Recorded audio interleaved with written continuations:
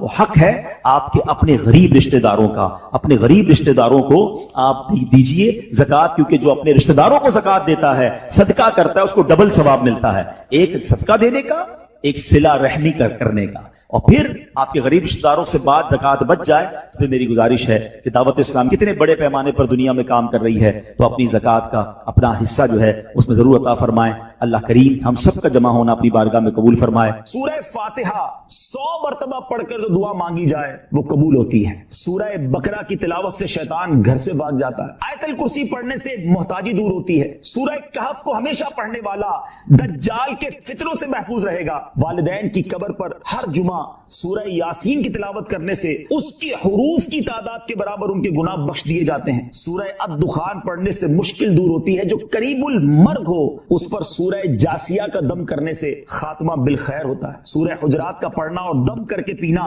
گھر میں خیر و برکت کے لیے مفید ہے. سورہ قاف پڑھنے سے جو باغ ہوتے ہیں ان کے پھلوں میں کثرت ہوتی ہے. سبحان اللہ. سورہ رحمان 11 بار پڑھنے سے تمام مقاصد پورے ہوتے ہیں. سورہ واقعہ جو شخص روزانہ پڑھے گا اسے کبھی فاقہ نہ ہوگا. سورہ ملک کو ہر رات پڑھنے والا عذاب قبر سے محفوظ رہے گا. سورہ مزمل کو 11 بار پڑھنے سے ہر مشکل آسان ہو جاتی ہے. سورہ مدثر کو پڑھ کر حفظ قرآن کی دعا مانگنے سے قرآن کریم کا یاد کرنا آسان ہو جاتا ہے. جو بچے حفظ کر رہے ہیں ان کے لیے زبردست وظیفہ ہے. سورہ النازعات پڑھنے سے جان کنی کی تکلیف نہیں ہوگی. سورہ دحا پڑھنے سے بھاگا ہوا آدمی واپس آ جائے گا. سورہ علم نشرح کو جس مال پر پڑھ دیا جائے اس میں خوب برکت ہوتی ہے. سورہ تین والزیتون جو ہے 3 مرتبہ پڑھنے سے اخلاق و کردار بہتر ہوتے ہیں. سورہ علق میں جوڑوں کے درد کا علاج ہے. سورہ قدر جو صبح و شام پڑھے اللہ عز و جل اس کی عزت بڑھا دے گا.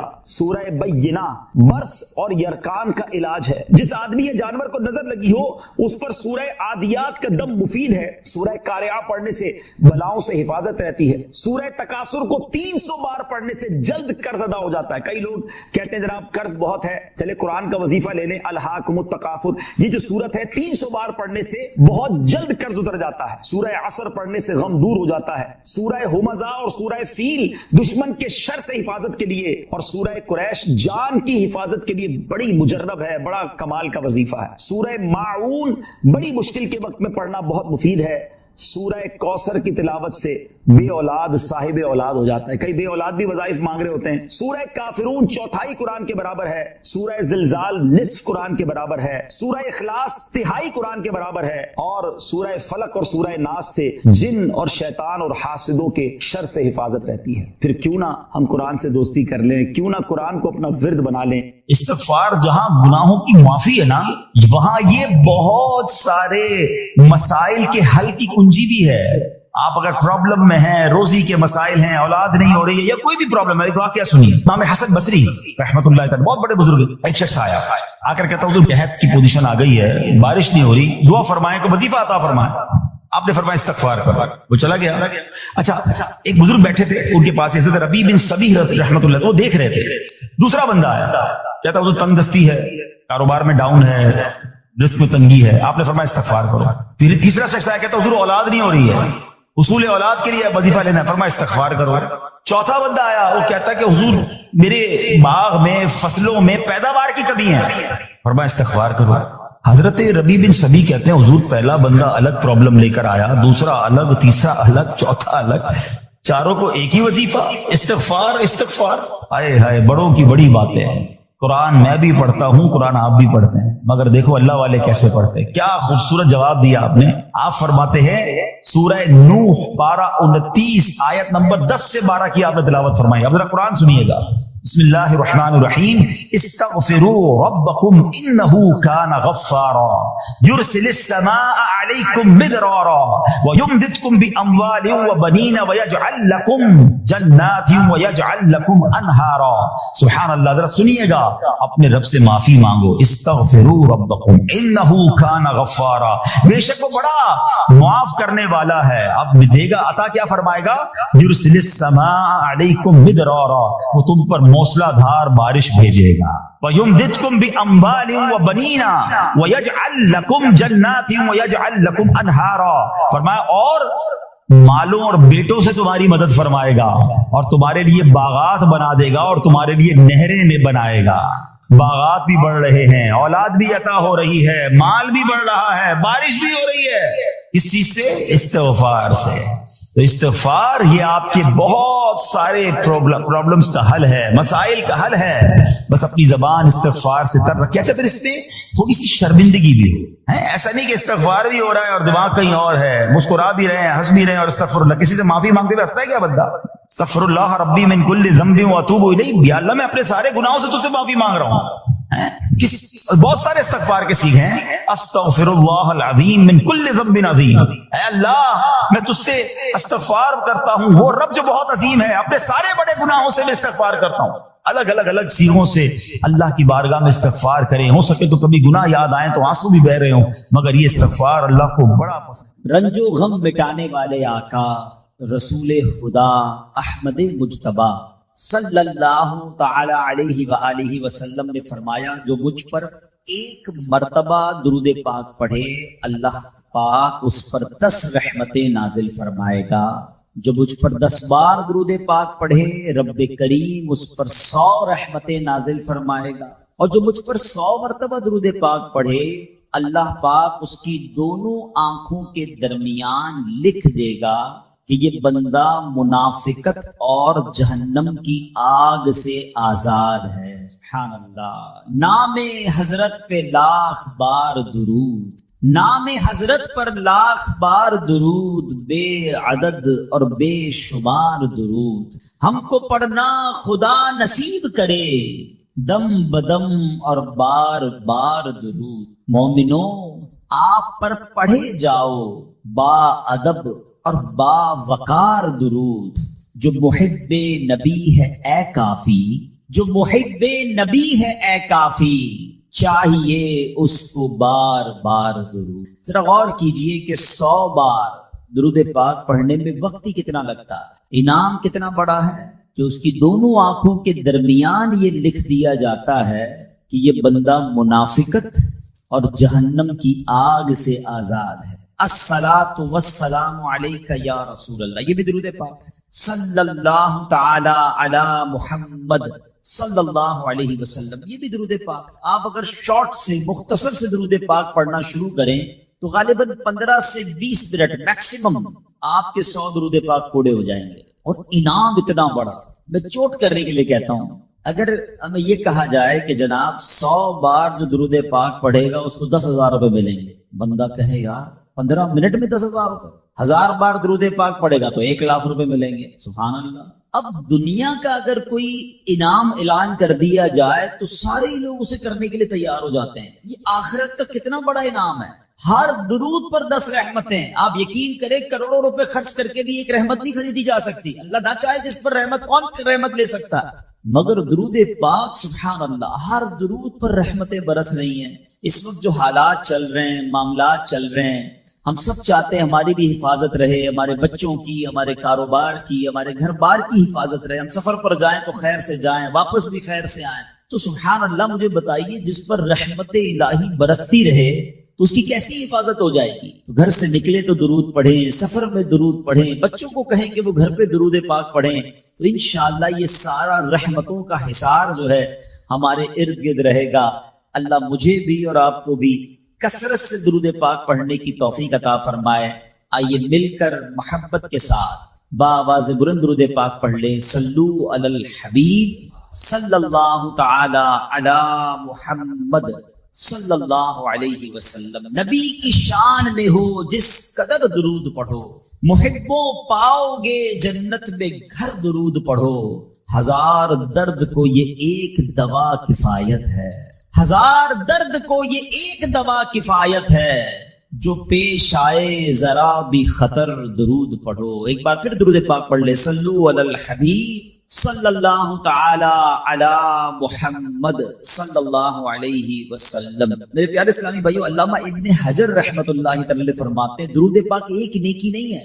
سبحان اللہ، ہم درود پڑھتے بعضوں کا سمجھتے ہیں ایک نیکی کمالی، یہ کئی نیکیوں کا مجموعہ ہے۔ درود پڑھنے سے ایمان تازہ ہوتا ہے، یہ ایک نیکی۔ درود کی برکت سے نبی پاک علیہ السلام پر یقین بڑھتا ہے، یہ دوسری نیکی۔ درود پاک پڑھنے میں تعظیم مصطفیٰ ہے، رسپیکٹ آف رسول اللہ صلی اللہ علیہ وسلم ہے، یہ تیسری نیکی. درود پاک پڑھنے سے آخرت پر ایمان پکا ہوتا ہے. یہ چوتھی نیکی. درود پاک میں نبی پاک علیہ الصلوۃ والسلام کے احسانات کا ذکر ہے. یہ پانچویں نیکی. اور درود پاک میں نیکوں کے سردار مکی مدنی تاجدار صلی اللہ تعالی علیہ وسلم کا ذکر ہے. اور نیکوں کے ذکر پر رحمت اترتی ہے. یہ چھٹی نیکی ہے. آئے ہائے نیکیوں کا انبار لگ جاتا ہے اگر بندہ درود پاک پڑھنے والا بن جائے. اللہ مجھے اور آپ کو کثرت سے درود پاک پڑھنے کی توفیق عطا فرمائے. ایک بار پھر درود پاک. صلو علی الحبیب صلی اللہ تعالی علی محمد صلی اللہ علیہ وسلم. ایک واقعہ بڑا مشہور واقعہ ہے اور قرآنی واقعہ ہے. مولا مجھے اور کوئی حساب نہیں آتا. مجھے یہ نہیں پتا میرے جرم کتنے ہیں. مجھے ایک حساب آتا ہے کہ تیری رحمتوں سے کم ہے. مجھے یہ پتا ہے بہت زیادہ ہے. میں مانتا ہوں بڑی خطائیں ہیں, بڑے جرم ہیں, مگر ایک حساب ضرور آتا ہے مجھے کہ جتنے بھی گناہ ہیں تیری رحمتوں سے کم ہیں. میرے جرم اس سے زائد نہ مجھے حساب آئے نہ مجھے شمار آئے. مولا اور کوئی کاؤنٹنگ نہیں آتی مجھے. ایک کاؤنٹنگ پتا ہے کہ جتنا تو بڑا رحیم ہے نا, تیری رحمت جتنی بڑی ہے اس کے مقابلے میں میرے گناہ کچھ نہیں. اسی کریم سے بھروسہ ہے, اسی رحمان سے بھروسہ ہے. بس درود پاک کی کثرت کیجئے, اللہ سے سچی محبت کیجئے, توبہ کیجئے. وہ بڑا کریم ہے, وہ رحمان ہے. جو وہ کروڑوں کو بخش رہا ہے تو مجھ جیسے گناہگار کو بخشنا اس کی رحمت کے لیے کیا مشکل ہے. اللہ ہم سب کی بخشش فرمائے. نیت کر لیں کہ بس انشاءاللہ آج کے بعد درود پاک کی کثرت کریں گے انشاءاللہ. آئیے مل کر محبت کے ساتھ باآواز بلند درود پاک پڑھ لیں. صلو علی الحبیب صلی اللہ تعالی علی محمد صلی اللہ علیہ وسلم. حضرت عمر فاروق رضی اللہ تعالیٰ کے دور مبارک میں ایک نوجوان تھا, بڑا متقی تھا, بڑا پرہیزگار تھا.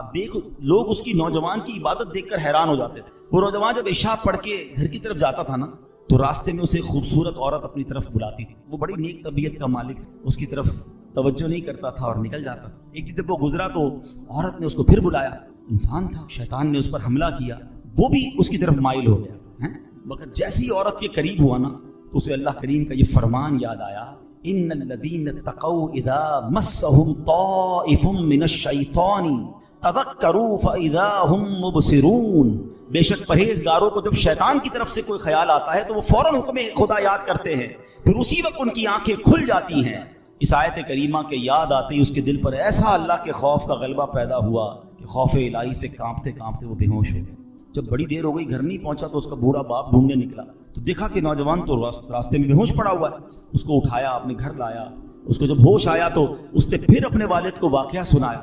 واقعہ سناتے سناتے پھر اسے آیت کریمہ یاد آئی. پھر وہ آیت کریمہ اس نے پڑھی تو اس کی زوردار چیخ نکلی اور اس کا دم ہی نکلا. حضرت عمر فاروق رضی اللہ تعالیٰ کو اس نوجوان کے بارے میں پتہ چلا. ایسا نوجوان اتنا خوف خدا والا, اور اللہ کے خوف سے اس کا انتقال ہو گیا. آپ اس کی قبر پر آئے اور یہ آیت کریمہ پڑھی, وَلِمَنْ خَافَ مَقَامَ رَبِّهِ جَنَّتَانِ. جو اپنے رب کے حضور کھڑے ہونے سے ڈرے اس کے لیے 2 جنتیں ہیں. حضرت عمر فاروق جب یہ آیت پڑھی نا تو قبر میں سے اس نوجوان نے جواب دیا, اے امیر المومنین, میرے رب نے بے شک مجھے 2 جنتیں عطا فرمائیں. ہاں, جب رب بخشنے پہ آتا ہے نا تو کریم ہی جو ٹھہرا تو کرم کے کیا ٹھکانا. تو نوازنے پہ آئے تو نواز دے زمانے. بات یہ ہے کہ اللہ سے دوستی بندہ, اللہ کا خوف تو دل میں رکھے. چھپ چھپ کر گناہ ہو رہے ہیں, اللہ کو ناراض کیا جا رہا ہے, موج مستی ہو رہی ہے, اللہ کی بارگاہ میں پیش ہونے کی فکر ہی نہیں ہے, یہ نہ کرو. تو آپ سچی توبہ کر لیجئے, اپنے گناہوں سے معافی مانگ لیجئے, اللہ کے قریب ہو جائیے, اور یقین کریں اللہ معافی مانگنے والوں کو بڑا پسند ہے. وہ ایسے نوازتا ہے نا, آئے ہے. ابھی آپ نے ایک واقعہ سنا, ایک اور واقعہ پھر بیان کمپلیٹ کرتے ہیں. ایک کسائی تھا, قصاب, ٹھیک ہے, اور اس کی ایک پڑوس کے اندر ایک خادمہ تھی, کام کرنے والی تھی. وہ اس کو بڑی پسند تھی, اس کی نیت اس کے بارے میں خراب تھی. تو ایک دن وہ کہیں جا رہی تھی تو یہ بھی اس کے پیچھے پیچھے ہو لیا. جب قریب پہنچا تو وہ خادمہ کہتی کہ دیکھو میرے قریب مت آؤ, دل تو میرا بھی تمہاری طرف مائل ہے, مگر یہ کام جو ہے نا یہ اللہ کو پسند نہیں ہے. اللہ کا خوف کرو, مجھے اللہ سے ڈر لگتا ہے. اس نے سوچا کہ جب تم خادمہ ہو کر, ایک غریب عورت ہو کر اللہ سے ڈر رہی ہو, مجھے زیادہ ڈرنا چاہیے. اس نے اس عورت کو چھوڑ دیا اللہ کے ڈر سے. کوئی دیکھنے والا نہیں تھا, they were both alone there, مگر اللہ کے خوف سے چھوڑ دیا. لیکن اب جب واپس آنے لگا نا تو راستے میں بڑی گرمی تھی, پانی دور دور تک نہیں تھا, پیاس سے نڈھال ہو گیا, اس سے مرنے کے قریب ہو گیا. تو ایک اور شخصیت وہاں سے گزرے, کہا آپ کون ہیں؟ کہا میں فلاں نبی کا قاصد ہوں. ایک نبی علیہ السلام کے ساتھ رہتے تھے اور ان کے قاصد تھے, پیغام پہنچاتے تھے, وہ بھی پیاسے تھے. کہا آپ کا حال کیا؟ کہا میں بھی بالکل پیاسا ہوں. کہا چلیں حضور دونوں مل کے دعا کرتے ہیں. تو وہ جو نبی علیہ السلام کا قاصد تھا کہا تم بھی دعا کرو میں بھی دعا کرتا ہوں. کہا میں تو گناہ گار آدمی کسائی ہوں, آپ اللہ کے نبی کے ساتھ رہتے ہیں, آپ دعا کریں. انہوں نے دعا کی, انہوں نے آمین کہنا شروع کی. تھوڑی دیر ہوئی تو ایک بادل آیا, بڑا کالا سا, بڑا ٹھنڈی ہواؤں والا. ان دونوں کو سکون ہو گیا. کہا چلو چلتے ہیں, پانی تلاش کرتے ہیں, ریلیکسیشن تو ہو گئی. تھوڑا آگے گئے تو اب راستہ دونوں کا ٹرن ہونے لگا. تو جو اللہ کے نبی کے قاصد تھے وہ مثال کے طور پر رائٹ ٹرن ہوئے, یہ کسائی کو لیفٹ ٹرن ہونا تھا, یہ قصاب لیفٹ ٹرن ہوا, بادل اس کے ساتھ جانے لگے. اللہ کے نبی کے قاصد نے کہا تم تو کہتے تھے عام سا آدمی ہوں, کوئی نیک عمل نہیں, تمہارے ساتھ تو بادل جا رہا ہے. کہا واقعی کوئی نیک عمل نہیں ہے, بس آج ایک واقعہ ہوا, گناہ کرنے جا رہا تھا, میں تو غلط آدمی ہوں, برا کام کرنے گیا تھا. ہاں یہ بات ضرور ہے کہ موقع ملا تو اللہ کا خوف آ گیا, میں اس لیے پیچھے آ گیا.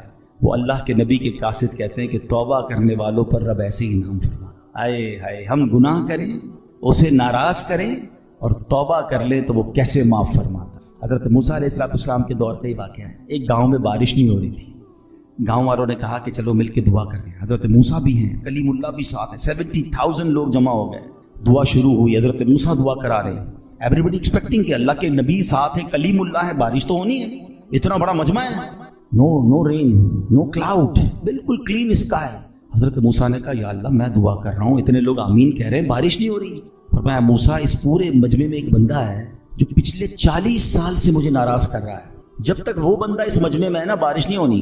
تو حضرت موسیٰ نے کہا کہ یا اللہ میں اس بندے تک کیسے یہ بات پہنچاؤں. کہ تو کھڑے ہو کر اعلان کر, تیرا کام آواز لگانا پہنچانا میری ذمہ داری ہے. حضرت موسیٰ کھڑے ہو گئے, آپ نے کروایا اے وہ شخص جو 40 سال سے اللہ کی نافرمانی کر رہا ہے, تیری وجہ سے بارش نہیں ہو رہی, تو نکل جائے اس مجمع سے. اب وہ بندہ تو تھا اس کے اندر, اب وہ کبھی دائیں دیکھے کبھی بائیں دیکھے کہ شاید کوئی کھڑا ہو جائے گا, شاید کوئی نکلے گا, کوئی نہیں نکلا.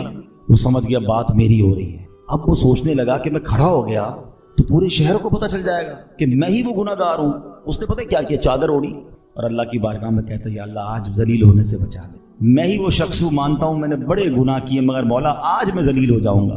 لاجیکلی بتاؤ اس کا ذلیل ہونا بنتا تھا کہ نہیں؟ کہ جس بندے کی گناہ کی وجہ سے بارش نہیں ہو رہی اس کو تو کھڑا کر کے سب کو بتانا بنتا تھا نا. ہمارے ساتھ کوئی غلط کرے ہم کہتے ہیں یہ وہ آدمی ہے, اس نے میرے ساتھ کیا, اچھا تھوڑا سا مسئلہ کرے اب زیادہ اس کو ذلیل کرتے ہیں. مگر میرے کریم کے کرم نوازی دیکھو, وہ عیب چھپاتا کیسے ہے.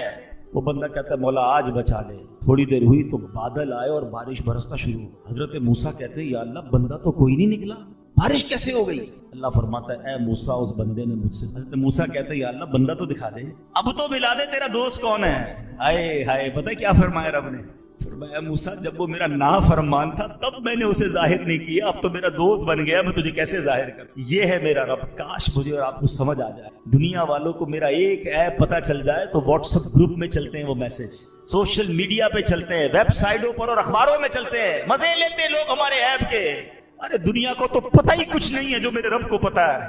بچپن سے نافرمانیاں کر رہا ہوں, بچپن سے اسے ناراض کر رہا ہوں, چھپ چھپ کے گناہ کر رہا ہوں, وہ سب جانتا ہے. مگر کیسا قریب ہے, صرف چھپا نہیں رہا. وہ صرف چھپاتا تھا وہ بھی بڑی مہربانی تھی, وہ عزتیں بھی دے رہا ہے, وہ نعمتیں بھی دے رہا ہے, وہ مجھے کھلا بھی رہا ہے, وہ مجھے بڑا بھی کر رہا ہے, مجھے رزق بھی دے رہا ہے, مجھے میری فیملی کا سکھ بھی دے رہا ہے, مجھے دولت بھی دے رہا ہے, کیونکہ دے تو وہی رہا ہے نا. اس کو سب پتا ہے, وہ پھر بھی دے رہا ہے. اس کو سب پتا ہے, پھر بھی ہم اس سے دوستی نہیں کرتے, پھر بھی ہم اس کو راضی نہیں کرتے. کب تک اسے ناراض کرو گے بھائی؟ آج کر لو توبہ, آج کر لو اس سے دوستی. وہ شاعر کہتے ہیں نا, تجھے تو خبر ہے میں کتنا برا ہوں, تجھے تو خبر ہے میں کتنا برا ہوں, تو عیبوں کو میرے چھپایا الہی, تو عیبوں کو میرے چھپایا الہی. تو آج سچی توبہ کر, چھوڑ دے گناہ. اگر اگر نمازیں قضا ہو رہی ہیں، اب نمازیں شب برات کروڑوں بخشے جائیں گے، مگر حدیث میں 6 قسم کے گناہ گار بتائے گئے جو نہیں بخشے جائیں۔ ہاں، شراب کا عادی نہیں بخشا جائے، ماں باپ کا نافرمان نہیں بخشا جائے، زنا کرنے والا بدکاری کا عادی نہیں بخشا جائے گا، رشتہ داریاں کاٹنے والا نہیں بخشا جائے گا، چغل خور نہیں بخشا جائے گا، ایک روایت کے مطابق تکبر والا لباس پہننے والا نہیں بخشا جائے گا، تصویریں بنانے والے مجسمے بنانے والے نہیں بخشے جائیں گے۔ خدا را آج توبہ کریں، راضی کر لیں۔ تو اگر یہ گناہ ہو بھی گئے نا، بڑا کریم ہے، توبہ کریں اور نیت کریں کہ آج کے بعد ہماری کوئی نماز قضا نہیں، آج کے بعد انشاءاللہ نہ شراب پیئیں گے، نہ شرابیوں کے قریب جائیں گے انشاءاللہ۔ ایسی محفلوں میں بھی نہ جائیں کہ جو ہمیں ان گناہ گاروں کے ساتھ بیٹھ کر آپ کیسے امید رکھتے ہیں کہ میں شرابیوں، جواریوں، بدکاروں کے ساتھ بیٹھ کر اللہ کا نیک بندہ ہو جاؤں گا اور اللہ مجھ سے راضی ہو جائے گا؟ تھوڑے دنوں پہلے تو کووڈ وائرس آیا تھا، ڈسٹینس کیسا رکھتے تھے؟ سوشل ڈسٹینس، سوشل کتنا سمجھ آ گئی تھی، نہیں بھائی دور رکھو اس کو، اس کے اندر وائرس ہے یا وائرس جیسی سمٹمز ہیں۔ ادھر لعنت برس رہی ہے شرابیوں پر، تم اس کے ساتھ بیٹھے ہو۔ جو بدکار ہیں، جو جوئے کھیلنے، آپ کہتے ہیں میں نہیں پیتا، میں بیٹھتا ہوں، کیوں بیٹھنا ہے ان کے ساتھ؟ جدھر میرا رب ناراض ادھر اس کے ساتھ میں نے کیوں بیٹھنا ہے؟ اچھی محفلوں میں آیا کریں، اچھے لوگوں میں بیٹھا کریں، دعوت اسلامی کا ماحول آپ کے سامنے، جو الحمدللہ ہمیں اللہ کی رحمت سے ہمیں نیک لوگوں کے ساتھ بیٹھ کر سدھرنے کا موقع ملتا ہے۔ اور قبر اگر روشن کرنی ہے نا، آج قبر کی بات ہو رہی ہے نا، تو قبر روشن کرنے کے لیے سب سے پہلی چیز عقیدہ ہے، اللہ پاک سے متعلق، رسولوں، صحابہ، اہل بیت سے متعلق، اولیاء کرام کے بارے میں سب عقیدہ بالکل ہمارا قرآن و سنت کے مطابق ہونا چاہیے۔ ہم نیک کام کرتے رہیں، 5 وقت پابندی سے نماز پڑھیں، مسجد میں باجماعت نماز ادا کریں، جتنے فرائض و واجبات ہیں ان پر عمل کریں، زکوٰۃ ہم پر فرض ہے تو زکوٰۃ پوری ادا کریں، روزے رکھیں، لوگوں کے ساتھ حسن سلوک سے پیش آئیں، قرآن کریم کی تلاوت کریں، درود پاک کی کثرت کریں، ذکر اللہ کی کثرت کریں۔ انشاءاللہ یہ سارے کام قبر روشن کرنے والے کام ہیں۔ اور سبحان اللہ، ایک اور بڑا پیارا عمل ہے، حدیث پاک میں آیا، ان الصدقہ لتطفئ علی اہلھا حر القبور، بے شک صدقہ کرنے والوں کو صدقہ قبر کی گرمی سے بچاتا ہے۔ وانما یستظل المؤمن یوم القیامۃ فی ظل صدقاتہ، اور بلا شبہ مسلمان قیامت کے دن اپنے صدقے کے سائے میں ہوگا۔ خوب صدقہ و خیرات کرنا چاہیے۔ حدیث پاک میں آتا ہے صدقہ برائیوں کے 70 دروازوں کو بند کرتا ہے۔ صدقہ دینے والا قیامت کے دن اپنے صدقے کے سائے میں ہوگا۔ صدقہ گناہوں کو ایسے مٹا دیتا ہے جیسے آگ پانی کو بجھا دے۔ تو ان مہینوں میں اللہ کی راہ میں خرچ کریں، اپنے غریب مسلمانوں پر خرچ کریں، اپنے رشتہ داروں پر خرچ کریں، اپنے ملازمین پر ذرا تھوڑی سی آسانی کریں۔ اچھا، ہم ایک بڑا جملہ آج کہنے لگ گئے، بھائی مشکل ہو تو مجھ سے مانگ لینا، چاہیے ہو تو مجھے بتا دینا۔ سفید پوش آدمی بتائے گا نہیں، میں آپ کو ایک فارمولا بتا دیتا ہوں، ویسے آپ کو بھی پتا ہے لیکن شاید وہ سمجھنے کے لیے لوگ تیار نہیں ہیں۔ جس کی بھی اس وقت 40-50 ہزار سے کم آمدنی ہے نا، وہ بیچارہ ہینڈ ٹو ماؤتھ ہی ہے، وہ نہ بھی بتائے تو آپ اس کو دے دیں، اس کو ضرورت ہے۔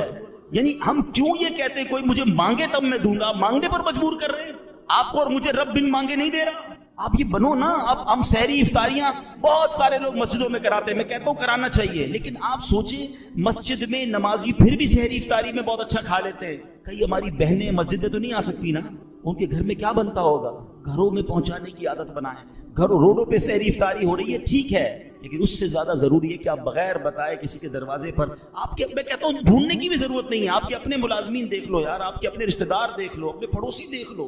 40,000 سے جس کا اسکیل 50,000 سے نیچے ہے نا، آپ اس کو راشن بھیجو گے وہ خوشی خوشی رکھ لے گا۔ پچھلے دنوں کی بات ہے، ایک بھائی بتا رہے تھے ہم راشن بانٹ رہے تھے، تو ایک بندہ آیا اور اس راشن بانٹنے والے کو کہتا ہے میں اپنے داماد کے ساتھ آیا ہوں، اس لیے ابھی تو میں آپ سے راشن نہیں مانگ رہا، میں تھوڑی دیر بعد آؤں گا تو مجھے دے دینا۔ اور اس نے دیکھا کہ وہ چھوٹی کون سی گاڑی ہوتی ہے، FX، بولے اس گاڑی میں آیا اس کو بھی راشن۔ سب لوگ ہینڈ ٹو ماؤتھ چل رہے ہیں۔ غریب آدمی کے پاس فروٹ لینے کے پیسے نہیں ہیں۔ ہم میں سے کئی لوگ ہیں جن کے گھر میں روز فروٹ آتا ہے، شاید روز گوشت اور چکن بنتا ہے، ہمیں تو شاید گوشت اور چکن کا دام بھی نہیں پتا۔ ہم میں سے کئی لوگ وہ ہیں، غریب آدمی سے ہفتہ گزر جا رہا ہے، اس کے گھر میں بھی روزہ ہو رہا ہے، اس کے گھر میں بھی افطار ہو رہی ہے۔ یہ وقت ہے جنت کمانے کا، یہ وقت ہے نیکیاں کمانے۔ آپ ایسے گھروں میں آپ لفافہ بنا کے پیسے بھجوا دیں، کوئی مسئلہ نہیں، 15-20 ہزار روپے بھجوائیں گے، وہ آپ زکوٰۃ نہیں تحفہ کہہ کے بھیج دیں، لیکن انشاءاللہ آپ دیکھیں گے چہروں پہ مسکراہٹیں آئیں، لوگوں کی عید اچھی ہوگی، لوگوں کی رمضان اچھی ہوگی۔ یہ وقت ہے اور یہ صدقہ ہماری قبر کو روشن کرے گا۔ ہمیں انشاءاللہ ان دکھیارے مسلمانوں کی مدد کریں گے، نہ جانے ہمارے کتنے غم دور ہو جائیں گے۔ اور پھر ایک اور پرابلم، ہم جو بچ جاتا ہے وہ کیوں بانٹتے ہیں؟ کھانا بچ گیا تو غریب کو دے دیں۔ اس بار ایک پلان کیجئے گا، آپ بے شک 100 آدمی کو افطار نہ کرائیں، آپ اپنے گھر میں جو افطار کرتے ہیں نا، سب سے پہلے آپ کی افطار سے پہلے افطار نکالیں اور وہ اپنے ملازم کو دیں، وہی افطار وہ پہلے کھائے، آپ کے ساتھ یا تو بیٹھ کے کھائے یا کم از کم وہ تو کھائے جو آپ کھا رہے ہیں۔ ہم جو بچتا ہے وہ اس کو کھلاتے ہیں, جو پھینکنے کا ہوتا ہے وہ کپڑا دیتے. نہیں, اللہ ہمیں کیسا دے رہا ہے اور ہم اللہ کی راہ میں کیسا دے رہے ہیں. چوتھے پارے کی پہلی آیت ہے لن تنالوا البر حتى تنفقوا مما تحبون. تم اس وقت تک بھلائی کو نہیں پہنچ سکتے جب تک اپنی پیاری چیز اللہ کی راہ میں خرچ نہ کرو. بیسٹ دو, بہترین دو. ایک بزرگ تھے, ان کو اچھا بھروسہ بھی بڑا تھا, یہ اللہ کرے وہ بلیف بھی ہمیں مل جائے. وہ کہتے ہیں کہ ان کے گھر میں کوئی فقیر آیا پیسے لینے کے, اپنی زوجہ کو کہا کہ کچھ ہے, تو اس نے کہا 4 انڈے ہیں, صرف کھانے کے لیے 4 ہی انڈے, چاروں دے دو. چاروں دے دیے. جب چاروں دے دیے تو کہا تھوڑی دیر میں انشاءاللہ آ جائیں گے. اتنا بھروسہ تھا. تھوڑی دیر ہوئی تو دروازہ کھٹکھٹایا گیا. ایک بندہ آیا, ایک ٹوکری دے کر گیا. زوجہ سے کہا ذرا دیکھو کیا ہے. کہا کسی آپ کے دوست نے تحفہ بھجوایا ہے. کہا کیا ہے. کہا انڈے ہی ہیں. چیک کرو کتنے. کہا 30 ہیں. کہا 30 کس حساب سے آئے ہیں.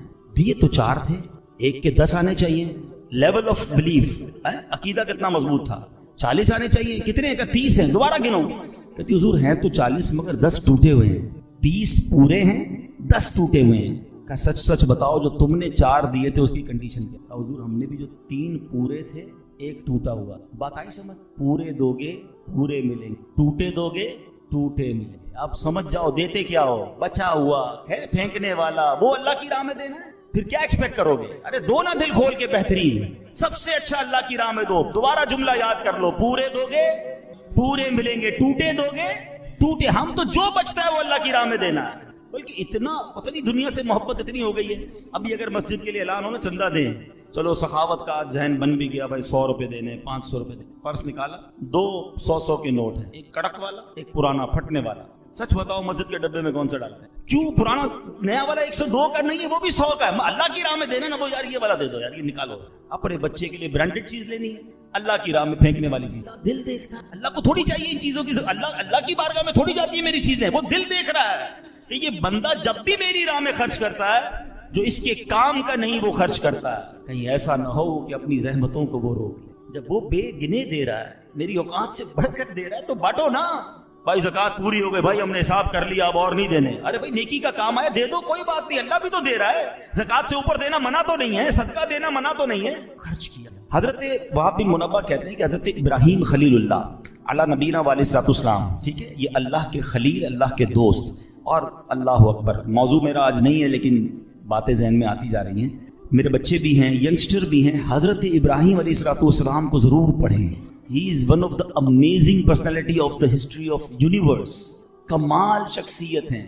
حضرت ابراہیم کی بہت ساری شانیں ہیں, مگر جو کمال کی بات میں آپ کو بتاؤں کہ چار جو آسمانی مذاہب ہیں نا, ان چاروں مذہبوں میں حضرت ابراہیم کا ادب ہے, آپ کا احترام ہے, وہ تمام آپ کو مانتے ہیں. نمبر 1.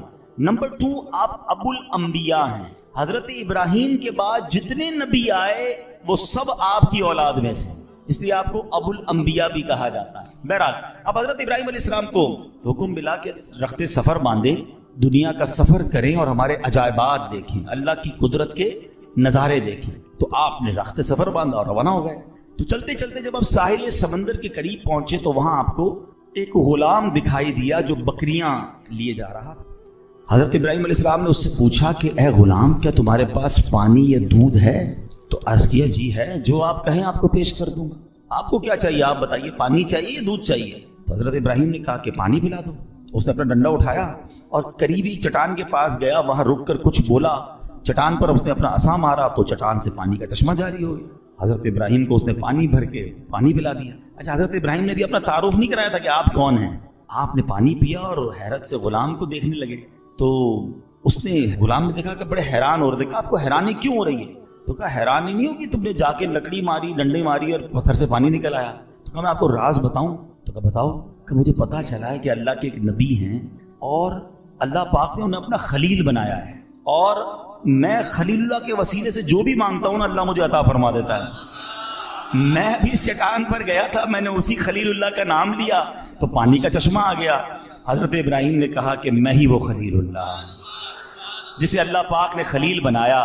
اللہ اکبر. یہ سن کر تو غلام کی خوشی کی انتہا نہیں رہی کہ میں تو روز جس کے وسیلے سے کام کر رہا ہوں وہ آج میرے سامنے آ گئے. وہ کہتے نا, وہ آئے ہمارے گھر خدا کی قدرت ہے, کبھی ہم ان کو کبھی اپنے گھر کو دیکھتے ہیں. دل ہی دل میں اپنی قسمت پر فخر کر رہا تھا. کہتے واقعی سچ بتا دیں آپ ہی خلیل اللہ ہیں. حضرت ابراہیم فرماتے ہاں میں ہی خلیل اللہ ہوں.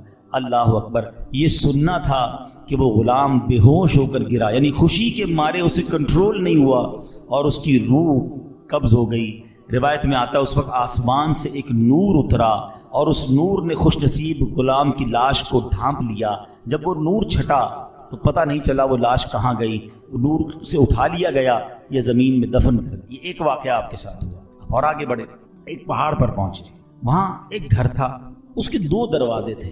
آپ علیہ السلام اندر داخل ہوئے، اندر ایک تخت تھا، اس کے اوپر کسی کی لاش رکھی ہوئی تھی اور اس کے اوپر 70 خوبصورت حلے، خوبصورت لباس ڈالے ہوئے تھے اور سر کے پاس ایک تختی رکھی ہوئی لاش، اس کے اوپر 70 قسم کے ڈریسز اور ایک تختی تھی۔ حضرت ابراہیم علیہ السلام نے جب اس تختی کو پڑھا تو اس پر پتہ ہے کیا لکھا تھا؟ میں شداد بن عاد ہوں، میں 1000 سال زندہ رہا، میں نے 1000 لشکروں کو شکست دی، میں نے ہی شہر ارم بنایا، مگر افسوس جب میری موت کا وقت قریب آیا تو میری ساری تدبیریں رد ہو گئیں۔ میں نے دنیا بھر سے ڈاکٹروں کو جمع کیا، کوئی بھی میری موت کو ٹال نہ سکا، بس جس نے بھی مجھے دیکھا اب اسے دنیا کے دھوکے میں نہیں آنا چاہیے۔ اے لوگو، خود پر دنیا کے دروازے تنگ رکھو، تم اتنی بادشاہت کے مالک نہیں ہو جیسی بادشاہت کا مالک میں۔ تم اتنا عرصہ زندہ نہیں رہے، نہ رہو گے جتنا عرصہ میں زندہ رہا، تم اتنا جمع نہیں کر سکو گے جتنا میں نے جمع کیا۔ ہاں ہاں سن لو، دنیا دھوکے باز ہے، قاتل ہے، اپنے طلبگار کے ساتھ کھیل کھیلتی رہتی ہے۔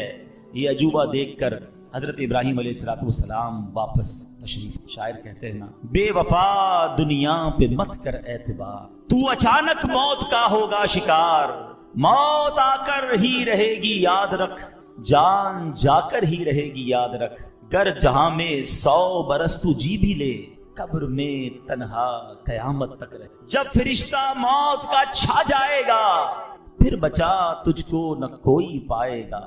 موت آئی پہلواں بھی چل دی، خوبصورت نوجوان بھی چل دیے، دنیا میں رہ جائے گا یہ دبدبا، زور تیرا خاک میں مل جائے۔ 2 واقعات، اور ان دونوں واقعات میں ہمارے لیے بہت کچھ سیکھیں۔ پہلا، خوش نصیب کیسا غلام تھا، کیسا عقیدہ تھا، کیا اللہ کے نبی سے محبت تھی، اور اس عقیدے کی برکت دیکھیں کہ ان کے وسیلے سے جو مانگتا تھا اللہ عطا فرما دیتا۔ ایکچولی یہ جو دعائیں ہیں نا، ان دعاؤں میں جو مین چیز ہوتی ہے نا، وہ آپ کا بلیف کا اسٹینڈرڈ کتنا ہے، لیول بلیف کیا ہے۔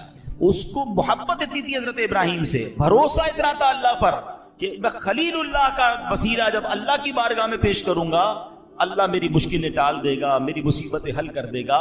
اور ایسا ہی ہوتا تھا۔ اس سے پتہ چلا کہ حضرت ابراہیم علیہ السلام کی شان بھی کیا ہے، اور اس واقعے سے یہ بھی پتہ چلا کہ اللہ والوں کا وسیلہ بارگاہ الہی میں دینے سے بعض اوقات کام ہو جاتے، اور اس میں کوئی حرج نہیں ہے۔ یہ تابعی بزرگ واقعہ بیان کر رہے ہیں، اس سے یہ سیکھنے کو مل رہا ہے کہ اللہ والوں کا وسیلہ پیش کر کے اللہ کی بارگاہ میں دعا مانگے تو دعائیں قبول ہوتی ہیں۔ بہرحال دوسرا واقعہ جو تھا وہ بڑا ہی عبرت انگیز ہے، ہمارے لائف سٹائل کے حوالے سے وہ بڑا ریلیونٹ ہے۔ شداد کون تھا؟ بڑے روب و دبدبے والا بادشاہ تھا، یہ غیر مسلم تھا، اور اس کے بارے میں اس نے کیا کیا تھا کہ اس نے جنت کا ذکر سن رکھا تھا، غیر مسلم مگر اسے سن رکھا تھا کہ مرنے کے بعد مسلمانوں کے پاس ایک کانسیپٹ ہے کہ جنت میں ان کو ڈالا جائے گا، تو اس نے کہا میں مرنے کا انتظار کیوں کروں اور مسلمان کیوں ہوں، میں خود ہی جنت بنا لیتا ہوں۔ شداد کی جنت دنیا میں مشہور تھی، اس نے کیا کیا، ایک عظیم شہر بنایا۔ ہم کیا امیجن کرتے ہیں حدیثوں میں نا کہ سونے کی اینٹیں ہوں گی، اس نے لٹرلی سونے کی اینٹوں سے محل بنائے، زبرجد اور یاقوت کے ستون کھڑے کیے، سنگریزوں کی جگہ خوبصورت موتی بچھا دیے، ہر محل کے گرد جواہرات بچھا کر اوپر نہریں جاری کی، طرح طرح کے درخت اگائے، غرض ایسا عظیم شہر بنایا۔ نہ دنیا میں اس سے پہلے کوئی ایسی سٹی کریٹ ہوئی، نہ اس کے بعد کبھی ہوئی۔ اور جب شہر مکمل ہو گیا نا، یعنی یہ شداد کا واقعہ کوئی افسانہ نہیں ہے، قرآن میں اس کا ذکر موجود ہے۔ اللہ قرآن میں فرماتا ہے فَصَبَّ عَلَيْهِمْ رَبُّكَ صَوْتَ عَذَابٍ إِنَّ رَبَّكَ لَبِالْمِرْصَادِ، تو ان پر تمہارے رب نے عذاب کا کوڑا برسایا، بے شک تمہارا رب یقیناً دیکھ رہا ہے۔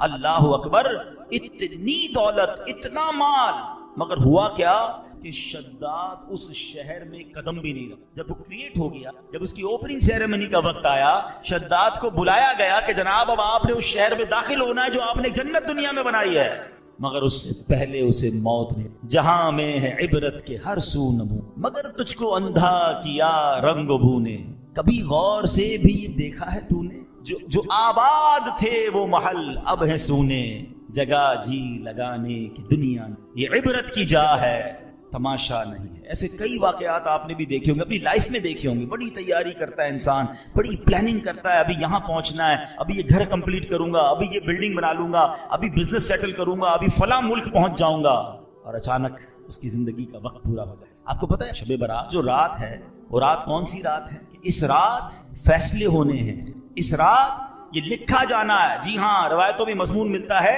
کہ یہ وہ رات ہے کہ جس رات یہ ڈیسیشن لیا جائے گا کہ اگلے سال کس نے مرنا ہے. یہ وہ رات ہے جس رات فیہا یفرق کل امر حکیم, قرآن کہتا ہے اس رات میں ہر حکمت والا کام بانٹ دیا جاتا ہے.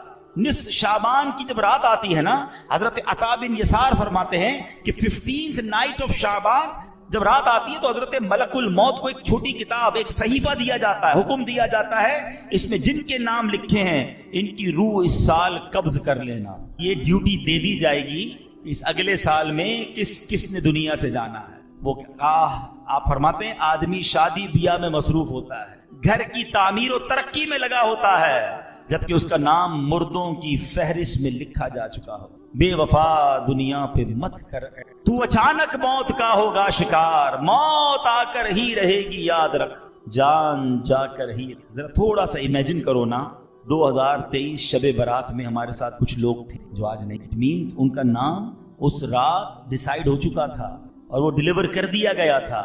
ہمیں نہیں, ان کو بھی نہیں پتا تھا, ہمیں بھی نہیں لگتا تھا یار یہ تو آس پاس ہی رہتے ہیں یار, یہ کدھر جائے گا. مگر he is not with us right now. کہاں ہیں؟ اپنی قبر میں. اگلی شب برات پھر آنی, ہو سکتا ہے پھر مسجد میں اجتماع ہوگا, ہو سکتا ہے میں نہ ہوں. آپ کس بات کا غرور ہے یار, کس بات کی پلاننگ ہے؟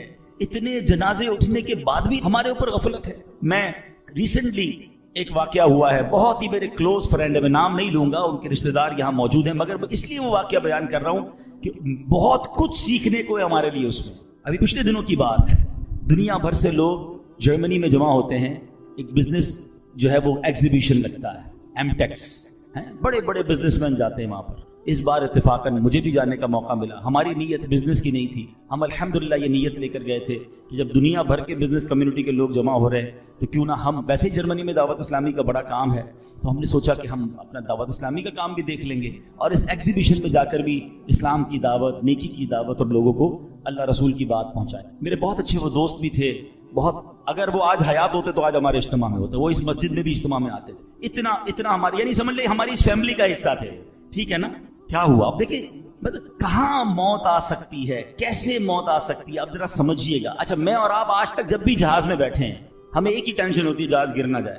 ایسا ہی ہے نا, سیٹ بیلٹ باندھ لیں, جہاز جب ببل کرتا ہے تو ہمیں گھبراہٹ ہوتی ہے کہ جہاز کریش ہو گیا تو مر جائیں گے. وہ جہاز میں بیٹھے, وہ جہاز کریش نہیں ہوا, 200-300 مسافر تھے, سب جرمنی پہنچے, مگر جہاز میں کم و بیش 35,000 فٹ کی بلندی پر ان کی روح قبض. وہ جہاز میں تھے, میں جرمنی ایئرپورٹ پہ لینڈ ہوا, مجھے میسج آیا, مجھے یقین نہیں آیا. میں اچھا میسج بھی بڑا عجیب تھا کہ فلاں بھائی کا جہاز میں انتقال ہو گیا اور ابھی کچھ گھنٹوں بعد جرمنی فلائٹ اترے گی. جہاز میں انتقال ہوا تو خبر کیسے باہر آ گئی؟ اب تو خیر جہاز میں انٹرنیٹ آ گیا ہے. اب میں نے ان کے رشتہ داروں کو تلاش کرنا شروع کیا, ان کے کچھ رشتہ دار بھی جرمنی میں تھے, میں نے ان کو فون کیا. میں بھی ایئرپورٹ پہ ہی ہوں, جرمنی فرینکفرٹ ایئرپورٹ پہ ہی تھا. جہاز سے اترا, مجھے میسج آیا, مجھے یقین نہیں آیا کیونکہ مجھے یہ پتا تھا کہ یہ سارے آ رہے ہیں جرمنی. ان کے رشتہ دار کو کال کیا, وہ کہتے ہیں ہمارے پاس بھی خبر آئی ہے اور جہاز سے ہی آئی ہے, لیکن ہم خود بھی ششو پنج میں کہ واقعی ایسا ہو گیا. تو میں نے کہا جہاز سے کیسے آ گئی؟ کہ ان کے کچھ دوست ساتھ تھے, انٹرنیٹ انہیں ملا, انہوں نے فوراً میسج کیا. اچھا اب فلائٹ کب لینڈ ہوگی؟ تو کہا فلائٹ ابھی 5 گھنٹے باقی ہے یا 4 گھنٹے باقی ہے. میں بھی انتظار کرتا رہا, بار بار ہم فون پہ رابطے میں رہے, اور جیسے ہی جہاز لینڈ ہوا تو یہ خبر کہ دبئی سے جب جہاز اڑا کچھ گھنٹے 1 یا 2 گھنٹے بعد ان کی طبیعت بگڑی. جہاز میں جو بھی فرسٹ ایڈ دیا جا سکتا تھا دینے کی کوشش کی گئی, مگر ان کا وقت پورا ہو گیا. نماز پڑھ کر دبئی ایئرپورٹ پہ بتایا, انہوں نے وضو کیا, اسلامی اپنے دوستوں کو کہا چلو یار نماز پڑھ لیں. انہوں نے نماز پڑھی, ماشاءاللہ نیک آدمی تھے, نمازی آدمی تھے, ہماری محفل و اجتماعات میں آتے تھے, اور جہاز کے اندر ان کا انتقال. اللہ پاک ان کی مغفرت فرمائے, ان کے درجات بلند فرمائے, جنت الفردوس میں اعلیٰ مقام عطا فرمائے. بہرحال الحمدللہ وہاں دعوت اسلامی کا نیٹ ورک تھا, وہاں پر ان کو ماشاءاللہ غسل کی سنت کے مطابق دیا گیا. اللہ کی رحمت سے نگران شورا وہاں موجود تھے, انہوں نے جنازہ پڑھایا. دنیا بھر کے بزنس کمیونٹی کے لوگوں نے جنازے میں شرکت. دعوت اسلامی کا مرکز فرینکفرٹ فیضان مدینہ میں یہ سب ہوا. مطلب یوں دیکھا جائے تو آخری جو فیونرل تھا یا آخری جو ان کے جو رسمیں تھی وہ تو بہترین ہو گئی، لیکن ہم سب کو وہ ایک پیغام دے جگہ جی لگانے دنیا یہ عبرت کی جا ہے تماشا نہیں۔ اب بھی اگر مجھے اور آپ کو احساس نہیں ہوگا کہ میں کبھی بھی مر سکتا ہوں، یعنی پلان اتنے سارے کرنے والا کیوں نہیں سوچتا آگاہ اپنی موت سے کوئی بشر نہیں، سامان 100 برس کا ہے پل کی خبر۔ آپ میں سے بہت سارے لوگ قبرستان گئے ہوں گے، جانا چاہیے، شب برات سنت ہے قبرستان میں، رشتہ داروں کی قبریں ہوتی ہیں، مرحومین کی قبریں ہیں، جانا چاہیے، فاتحہ پڑھنی چاہیے۔ لیکن 2 باتیں قبرستان کے حوالے سے بھی عرض کروں، قبرستان جب بھی جائیں، اگر آپ کی کسی ریلیٹو کی قبر ہے اور وہ قبر ایسی جگہ پر ہے کہ جہاں آپ کو کئی قبریں پھلانگ کر پیر رکھ کے وہاں جانا پڑے گا تو پھر نہ جائیں، کیونکہ قبر پر پیر رکھنا ناجائز ہے، بلکہ ایسے راستے پر چلنا جس کے بارے میں یہ گمان ہو کہ یہاں پہلے قبریں تھیں اب راستہ بنایا گیا، وہاں بھی چلنا حرام ہے، تو نہ جائیں، ٹھیک ہے؟ آپ باہر ہو کے فاتحہ پڑھ لیں، انشاءاللہ آپ کی حاضری ہو جائے گی۔ السلام علیکم یا اہل القبور یغفر اللہ لنا ولکم وانتم سلفنا ونحن بالاثر، بڑی پیاری دعا ہے۔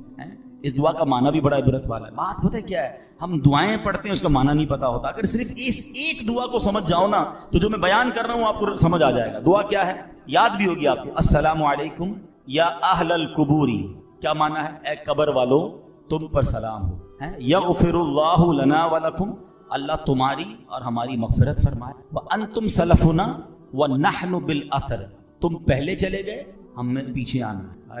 یہ پیغام ہے اس دعا میں کہ قبریں دیکھ کر یاد کرو کہ یہ چلے گئے اب تم نے جانا ہے۔ قبرستان جاتے ہیں پھر بھی چہرے پہ ہنسی ہے، پھر بھی انجوائمنٹ ہے، پھر بھی موبائل فون ہے، قبر کی کسی کو تدفین ہو رہی ہوتی ہے نا تو باہر وہاں بیٹھ کے سگریٹ پی رہے ہوتے ہیں، گپے لگا رہے ہوتے ہیں، بزنس کی باتیں کر رہے ہوتے ہیں۔ قبرستان جا کر تو یاد کر لو کہ کل میری باری آنے والی ہے۔ عبرت جس کو کہتے ہیں میسج لینے کا انداز ہی نہیں ہے۔ ہمارے بزرگان دین کیسے عبرت کے مدنی پھول لیتے تھے کہ ہمیں عبرت لینا نہیں آتا ہے۔ اب ذرا سوچیں، اچھا چلیں اس دعا میں ایک اور بات بھی سیکھ لیجئے۔ ماشاءاللہ وہی والی بات ہے نا، جو چیز سیکھنے کو مل جائے تو سیکھ لینی چاہیے۔ تو سیکھنی کیا ہے کہ اس میں کیا میسج ملا، دعا کیا ہے، دوبارہ دہرائیے گا، السلام علیکم یا اہل القبور۔ واہ بھائی واہ، مسئلہ تو حل ہو گیا اس دعا میں۔ حدیث پاک کی دعا ہے، یہ مشکات شریف میں دعا موجود ہے۔ اے قبر والو تم پر سلام ہو۔ قبرستان میں سارے اللہ کے ولی ہیں، بتاؤ نا، سارے ہی صحابہ ہیں، سارے جنتی ہیں، ہمیں کیا پتا ہے؟ شرابی کی بھی قبر ہے، کبابی کی بھی قبر ہے، نمازی کی بھی قبر ہے، نیک کی بھی قبر ہے، گناہ گار، اللہ سب کی مغفرت فرمائے۔ مگر عام مسلمانوں کو حدیث کیا بتا رہی ہے؟ یا اہل القبور، اے قبر والو تمہیں سلام ہو۔ بڑا سمپل سوال ہے، جب قبر والوں کو یا اہل القبور کہنا دعا سے حدیث سے ثابت ہے، ہم ادھر اگر اللہ کے ولی کو یا غوث اعظم کہتے ہیں تو کیا پرابلم ہے، یا رسول اللہ کہتے ہیں تو کیا پرابلم ہے؟ آپ تو گناہ گار کو یا اہل القبور کہنے کی اس دعا میں اجازت ہے، ہم تو اللہ کے نیک بندوں، اولیاء، صحابہ، اہل بیت کو پکارتے، پتہ نہیں کیوں ٹینشن کریٹ کی جاتی ہے۔ تو یہ چلے ایک مسئلہ بھی میں نے کہا عقیدے کا کلیئر کروں۔ ایک بڑی پیاری دعا آج میں نے بھی پہلی بار پڑھی، اس میں بھی کوئی حرج نہیں ہے، علم ہر بندہ سیکھ رہا ہوتا ہے۔ اور دعا کیا ہے؟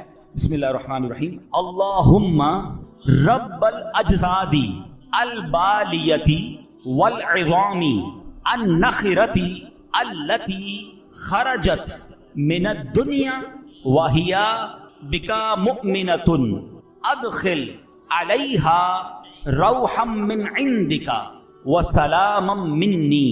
اب اس کا پہلے ترجمہ سنیے گا، پھر میں اس کی فضیلت بتاتا ہوں۔ اے اللہ، اے گل جانے والے جسموں اور بوسیدہ ہڈیوں کے رب، جو دنیا سے ایمان کی حالت میں رخصت ہوئے تو ان پر اپنی رحمت فرما اور ان کو میرا سلام پہنچا دے۔ اچھا، یہ دعا جو ہے اس کی جو فضیلت ہے شرح الصدور میں ہے کہ جو بندہ قبرستان میں داخل ہو کر یہ دعا پڑھے تو حضرت آدم سے لے کر دعا پڑھنے کے وقت تک جتنے مسلمان فوت ہوئے یہ سب دعا پڑھنے والے کے لیے دعائیں مغفرت کریں گے۔ یعنی اربوں مسلمان جو دنیا سے چلے گئے، اس کیونکہ ہم نے سب کے لیے دعا کر دی نا، تو وہ مردے بھی جو دنیا سے چلے گئے، پردہ فرما گئے، وہ ہمارے لیے دعا کریں گے۔ تو یہ شرح الصدور بڑی کمال کی کتاب ہے، امام جلال الدین سیوطی شافعی رحمۃ اللہ تعالی نے لکھی، اور انہوں نے اس میں یہ دعا لکھی ہے۔ دیکھیں، جہاں ثواب کا موقع ملے جہاں برکت کا موقع ملے اسے اچیو کرنا چاہیے.